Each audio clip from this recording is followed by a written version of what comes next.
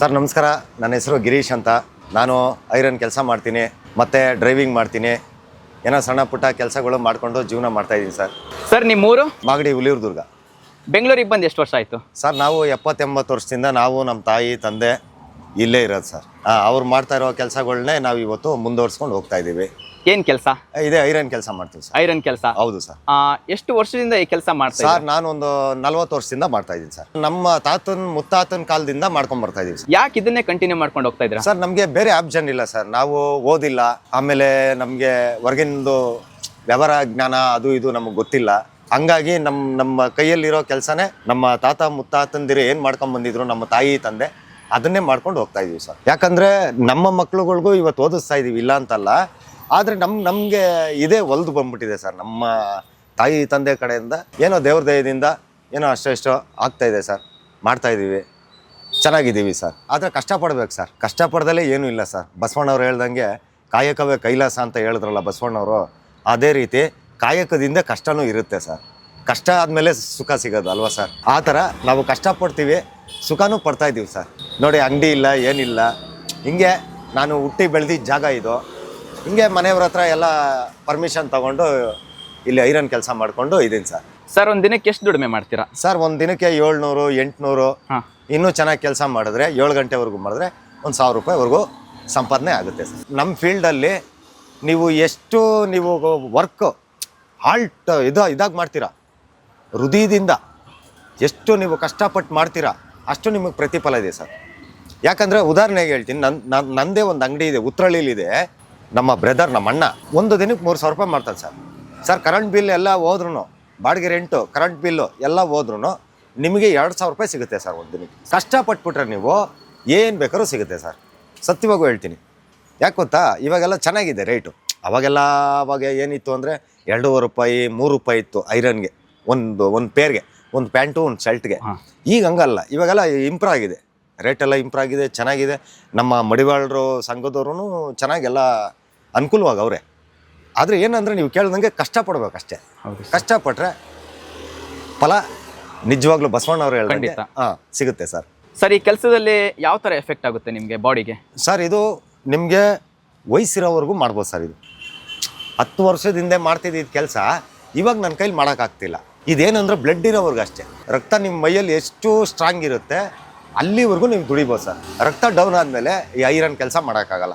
ಅದನ್ನು ಹೇಳ್ತೀನಿ ಕೇಳಿ. ಏನಕ್ಕೆ ರಕ್ತ ಡೌನ್ ಆದಮೇಲೆ ಯಾಕೆ ಮಾಡಬಾರ್ದು ಅಂತ ಕೇಳೋದಾದರೆ, ಗಸೆ ಏರಿಳಿತ ಅಂತ ಹೇಳ್ತೀವಲ್ಲ ಸರ್, ಉಸಿರು ಏರಿಳಿತ ಅಂತ ಹೇಳ್ತೀವಿ. ಅದು ಪ್ರಾಬ್ಲಮ್ ಆಗ್ಬಿಡುತ್ತೆ. ವಯಸ್ಸಾಯ್ತಾ ಉಸಿರಾಟ ತೊಂದರೆ ಆಗ್ಬಿಡುತ್ತೆ. ಆ ಡಸ್ಟ್ ಬರುತ್ತೆ, ಐರನ್ ಮಾಡುವಾಗ ಒಂಥರ ಡಸ್ಟ್ ಬರುತ್ತೆ. ಆ ಡಸ್ಟು ನಾವು ಕುಡಿತಾ ಇರ್ತೀವಿ, ಮೂಗೊಳಗೆ ಹೋಗ್ತಾ ಇರುತ್ತೆ. ಅದು ಹೋಗ್ತಾ ನಮಗೆ ಶ್ವಾಸಕೋಶ ಅದಕ್ಕೆ ಹೋಗಿ ಬ್ಲಾಕ್ ಆಗುತ್ತೆ. ಏನಾಗುತ್ತೆ ಅಂದರೆ ನಮಗೆ ಜಾಸ್ತಿ ಉಸಿರಾಡೋಕ್ಕಾಗಲ್ಲ. ಈ ಥರ ಎಲ್ಲ ಪ್ರಾಬ್ಲಮ್ ಇರುತ್ತೆ ಇದರಲ್ಲಿ. ಆದರೆ ಏನು ಅಂದರೆ ಕೇರ್ಫುಲ್ಲಾಗಿ ಎಲ್ಲ ಒಂದು ಮೈಂಡಲ್ಲಿ ಕಂಡು ಮಾಡಿದ್ರೆ ಕರೆಕ್ಟಾಗಿರುತ್ತೆ ಸರ್. ಏನೇ ಆಗಲಿ ಒಂದು ಇತಿಮಿತಿ ಅಂತ ಇದ್ದೇ ಇರುತ್ತಲ್ಲ ಸರ್. ಈಗ ತಿನ್ನೋದ್ರಲ್ಲಾಗಲಿ ಉಣ್ಣೋದ್ರಲ್ಲಾಗಲಿ ಒಂದು ಇತಿಮಿತಿ ಬೇಕು. ಈಗ ಒಂದು ಕುಕ್ಕರನ್ನು ನಾನೇ ತಿನ್ಬಿಡ್ತೀನಿ ಅಂದರೆ ಆಗಲ್ಲ. ಅದು ಎಲ್ಲರೂ ತಿಂದ್ರೇ ಅದು ಸುಖ. ಹೌದು, ಸುಖ ಸಂಸಾರ ಅಂತ ಹೇಳ್ತಾರಲ್ಲ, ಆ ಥರ. ಹಾಗೆ ಇದರಲ್ಲೂ ಇತಿಮಿತಿ ಇದೆ ಸರ್. ಇತಿಮಿತಿ ಇದೆ, ಮಿತಿಯಾಗಿ ಮಾಡ್ಕೊಂಡು ಹೋಗ್ಬೇಕು. ಆಮೇಲೆ ನಾನು ಮಾಡ್ತಾಯಿದ್ದೀನಿ ಅಂತೇಳಿ ಡೈಲಿ 200, 300 ಆ ಥರ ಬಟ್ಟೆ ಮಾಡ್ಕೊಂಡು ಹೋಗ್ಬಿಟ್ರೆ ನಮ್ಮ ಹೆಲ್ತ್ ಪ್ರಾಬ್ಲಮ್ ಬಂದ್ಬಿಡುತ್ತೆ. ಬ್ಯಾಕ್ ಪೇಯ್ನ್ ಬರುತ್ತೆ, ಸೊಂಟ ನೋವು ಬರುತ್ತೆ, ಚೆಸ್ಟ್ ಎಲ್ಲ ನೋವು ಬಂದ್ಬಿಡ್ತೀವಿ. ನೋಡಿ, ಈ ಚೆಸ್ಟ್ ಎಲ್ಲ ನೋವು ಬಂದ್ಬಿಡುತ್ತೆ. ಯಾಕಂದರೆ ಮಾಡ್ತಾಯಿರ್ತೀವಿ, ನೋವು ಬಂದ್ಬಿಡುತ್ತೆ. ನಮ್ಗೆ ಅಂಥ ಬೆನಿಫಿಟ್ ಏನಿರಲ್ಲ. ನೀವು ಅನ್ಕೊಬೋದು, ಬಿಡಪ್ಪ ಅವನೇನು 300-400 ಬಟ್ಟೆ ಮಾಡ್ದ ಅಂತ. ಆದರೆ ಇಲ್ಲೇನು ಅಂಥ ಆಶ್ಚರ್ಯ ಏನಿಲ್ಲ. ಬರೀ 500 ರೂಪಾಯಿ ಸಂಪಾದನೆ ಮಾಡಿರ್ತೀವಿ. ಆದರೆ ನಮ್ಮ ಪೇಯ್ನ್ ತೊಗೊಂಡಿರ್ತೀವಲ್ಲ, ಆ ಪೇಯ್ನು 1000 ಮೇಲೆ ರೀಚ್ ಆಗ್ಬಿಟ್ಟಿರುತ್ತೆ. ಅದು 1000 ರೂಪಾಯಿ ಮೇಲೆ ರೀಚ್ ಆಗ್ಬಿಟ್ಟಿರುತ್ತೆ ನಮ್ಮ ಪೇಯ್ನು. ಬಟ್ ನಾವು ಸಂಪಾದನೆ ಮಾಡಿದ್ರೆ ಬರೀ 500 ರೂಪಾಯಿ ಮಾತ್ರ. ಸರ್, ಒಂದು ತಿಂಗಳಿಗೆ ಎಷ್ಟು ಸೇವಿಂಗ್ಸ್ ಮಾಡ್ಬೋದು ಇದರಿಂದ? ಸರ್, ಒಂದು ತಿಂಗಳಿಗೆ ಅಮ್ಮಮ್ಮ ಅಂದರೆ ನಾವು ಒಂದು 5,000-6,000 ರೂಪಾಯಿ ಸೇವಿಂಗ್ ಮಾಡ್ಬೋದು ಸರ್ ಅಷ್ಟೇ. ಒಂದು ತಿಂಗಳಿಗೆ 15,000 ರೂಪಾಯಿ ದುಡಿತೀವಿ. 15,000 ರೂಪಾಯಿಲಿ ಮನೆ ಬಾಡಿಗೆ ಕಟ್ಟಬೇಕು, ಮಕ್ಕಳನ್ನ ಓದಿಸ್ಬೇಕು. ಒಬ್ಬ ಮಗ ಇದ್ದಾನೆ, ಮಗನ ಓದಿಸ್ತಾ ಇದ್ದೀನಿ. ಮನೆ ಬಾಡಿಗೆ, ರೇಷನ್ನು, ಅಕ್ಕಿ, ಆಮೇಲೆ ನಂದೊಂದು 2 ವೀಲರ್ ಇದೆ, ಅದಕ್ಕೆ ಪೆಟ್ರೋಲ್ ಹಾಕ್ಸ್ಬೇಕು. ಇದೆಲ್ಲ ಹೋಗಿ ನನಗೊಂದು 5,000 ರೂಪಾಯಿ ಸೇವಿಂಗ್ ಆಗುತ್ತೆ. ಈಗ ಬೆಳಗ್ಗೆ ಹೊತ್ತು ಸ್ವಲ್ಪ ಕಾರ್ ವಾಷಿಂಗ್ ಎಲ್ಲ ಮಾಡ್ತೀನಿ ನಾನು. ಯಾಕಂದರೆ ನಾನು ಕಾರ್ ಲೈನಲ್ಲಿ ಇರೋದ್ರಿಂದ ಅದೆಲ್ಲ ನನಗೆ ಗೊತ್ತು. ಇಲ್ಲ ಅಪಾರ್ಟ್ಮೆಂಟ್ ಇದೆ ಮೇಲ್ಗಡೆ, ಅಲ್ಲಿ ಒಂದು 5 ಕಾರ್ ವಾಶ್ ಮಾಡ್ಕೊತೀನಿ ಸರ್. ಅದೊಂದು ತಿಂಗಳಿಗೆ ಒಂದು 3,000 ಬರುತ್ತೆ ಸರ್. 3 ಕಾರು, ಅದೊಂದು 3,000 ಬರುತ್ತೆ. ಹಿಂಗೆ ಸಂಸಾರ ಜೀವನ ನಡ್ಕೊಂಡು ಹೋಗ್ತೈತೆ ಸರ್. ಈ ಥರ ಹಿಂಗೆ ಜೀವನ ನಡ್ಕೊಂಡು ಹೋಗ್ತೈತೆ ಸರ್. ನಿಮ್ಮ ಮುತ್ತಾತನ ಕಾಲದಿಂದ ಕುಲ್ ಕಸ್ಬಾಗಿ ಈ ಲಾಂಡ್ರಿನ ಕಂಟಿನ್ಯೂ ಮಾಡ್ಕೊ ಬರ್ತಿದ್ದೀರಾ. ಹೌದು. ನಿಮ್ಮ ನೆಕ್ಸ್ಟ್ ಜನ್ರೇಷನ್ ಅಂದರೆ ನಿಮ್ಮ ಮಗ, ಹೌದು.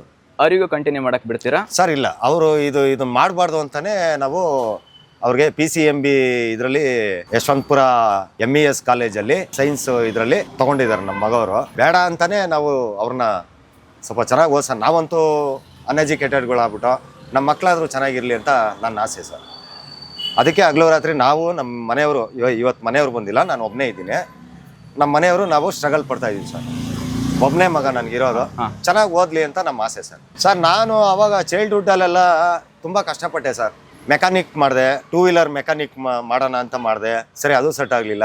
ಸರಿ, ಬೇರೆ ಬೇರೆ ಏನೇನೋ ಮಾಡಿದೆ, ಇನ್ನು ಕಾರ್ಪೆಂಟ್ರ್ ಕೆಲಸ, ಸ್ವಲ್ಪ ಗಾರೆ ಕೆಲಸ ಎಲ್ಲ ಮಾಡಿದೆ.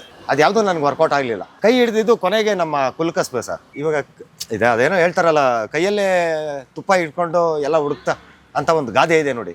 ಆ ಥರ ಬಿಡು, ನಮ್ಮದೇ ಐತಲ್ಲ, ನಾವೇ ಮಾಡ್ಕೊಂಡು ಹೋಗೋಣ, ಇನ್ನು ಬೇರೆ ಏನು ಮಾಡಬೇಕು. ಆದರೂ ನಾನು ನೀವು ಹೇಳ್ದಂಗೆ ಬೇರೆ ಪ್ರೊಫೆಷನಲ್ಲೇ ಟ್ರೈ ಮಾಡಿದೆ. ನಾನು ಡ್ರೈವಿಂಗಲ್ಲಿ 25 ವರ್ಷ ಡ್ರೈವಿಂಗ್ ಮಾಡಿದೆ. ನಾನು 25 ವರ್ಷ ಡ್ರೈವರ್ ನಾನು. ಆಮೇಲೆ ಏನು ಮಾಡಿದೆ, ಅದು ಏನೋ ಸ್ಕೋಪ್ ಕಮ್ಮಿ ಆಗೋಯ್ತು ನನಗೆ.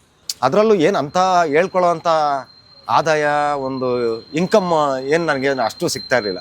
ಅವಾಗ ಇನ್ನೂ ಅನ್ಮ್ಯಾರಿಡ್, ನಾನು ಮದುವೆ ಆಗಿರಲಿಲ್ಲ. ಸರಿ, ಮದುವೆ ಆದಮೇಲೆ ಏನಾದರೂ ಬೇಕಲ್ಲ ಆದಾಯ, ಡೈಲಿ ಏನಾದರೂ ಬೇಕಲ್ಲ ಅಂತೇಳಿ ನಮ್ಮ ಕೆಲಸನೇ ಮಾಡೋಣ, ನಮ್ಮ ಕೆಲಸಕ್ಕೆ ಬಂಡವಾಳ ಹಾಕೋಣ, ಒಂದು 30-40 ಸಾವಿರ ಆದ್ರೂ ಆಗಲಿ, ನಾವೇ ಮಾಡೋಣ ಅಂತ ಹೇಳಿ ಮಾಡ್ಕೊಂಡು ಹೋಗ್ತಾ ಇದ್ದೀನಿ ಸರ್. ನಾನು ಕೈ ಮುಗಿದು ಹೇಳ್ತೀನಿ, ದಯವಿಟ್ಟು ಎಜುಕೇಷನ್ನ ಡ್ರಾಪ್ ಮಾಡೋದಾಗಲಿ ಅಥವಾ ಅರ್ಧದಲ್ಲೇ ನಿಲ್ಲಿಸೋದಾಗಲಿ ದಯವಿಟ್ಟು ಹಂಗೆ ಮಾಡೋಕ್ಕೆ ಹೋಗಬೇಡಿ. ಯಾಕಂದರೆ ನನ್ನ ಕಡೆಯಿಂದ ನಾನೊಬ್ಬ ಅನ್ಎಜುಕೇಟೆಡು, ನನ್ನ ಥರ ಯಾರೂ ಆಗಬಾರ್ದು. ಕಂಪ್ಲೀಟ್ ಮಾಡಿ, ಏನೋ ಒಂದು ಮಾಡಿ, ಏನೋ ಒಂದು ಕೋರ್ಸು, ಒಂದು ಫೈನಲ್ ಮಾಡಿ. ಈಗ ತಾಯಿ ತಂದೆ ಓದಿಸ್ತಾ ಇರ್ತಾರೆ, ನಿಮ್ಮನ್ನು ಕಷ್ಟಪಟ್ಟು ಅವ್ರೇನೋ ಒಂದು ಕೆಲಸ ಮಾಡಿ, ಅವ್ರೇನೋ ಒಂದು ಸಾಲ ಸೂಲನೋ ಏನೋ ಸಮಥಿಂಗ್ ಏನೋ ಇರ್ಬೋದು, ನಿಮ್ಮನ್ನು ಓದಿಸ್ತಾ ಇರ್ತಾರೆ. ಅವ್ರ ನಂಬಿಕೆಗೆ ಮೋಸ ಮಾಡಬೇಡಿ, ಅವ್ರ ನಂಬಿಕೆ ಮೋಸ ಮಾಡಬೇಡಿ. ದಯವಿಟ್ಟು ಹೇಳ್ತೀನಿ ಎಲ್ಲರಿಗೂ, ನೋಡಿ, ಈ ನಿಮ್ಮ ಮುಖಾಂತರ ನಾನು ಹೇಳೋದು ಒಂದೇ, ದಯವಿಟ್ಟು ಎಜುಕೇಷನ್ ಮಾಡಿ, ತಂದೆ ತಾಯಿ ಗೌರವ ಕೊಡಿ, ಚೆನ್ನಾಗಿ ಎಜುಕೇಷನ್ ಮಾಡಿ. ನಿಜವಾಗ್ಲೂ ಹೇಳ್ತೀನಿ, ನಿಮ್ಮ ಬಾಳು ಬಂಗಾರ ಆಗುತ್ತೆ. ನಿಜವಾಗ್ಲೂ ಡೆಫಿನೆಟಾಗಿ ಹೇಳ್ತೀನಿ ನಾನು. ಯಾರು ಓದೋದು ಬಿಡ್ತಾನೆ ಅವನು ಯಾವತ್ತೂ ಉದ್ಧಾರ ಆಗಲ್ಲ. ಯಾರು ಪೆನ್ನು ಬುಕ್ಕು ಹಿಡ್ಕೊತಾನೆ ಅವನ ಲೈಫಲ್ಲೇ ಉದ್ಧಾರ, ಅವನೇ ಸರ್ ಬಂಗಾರದ ಮನುಷ್ಯ ಆಗ್ತಾನೆ. ನಿಜವಾಗ್ಲೂ ಇದು ನನ್ನ ಅನುಭವದ ಮಾತು, ನಿಜವಾಗ್ಲೂ ಹೇಳ್ತಾ ಇದ್ದೀನಿ. ಎಲ್ಲರಿಗೂ ಒಳ್ಳೆಯದಾಗಲಿ ಸರ್.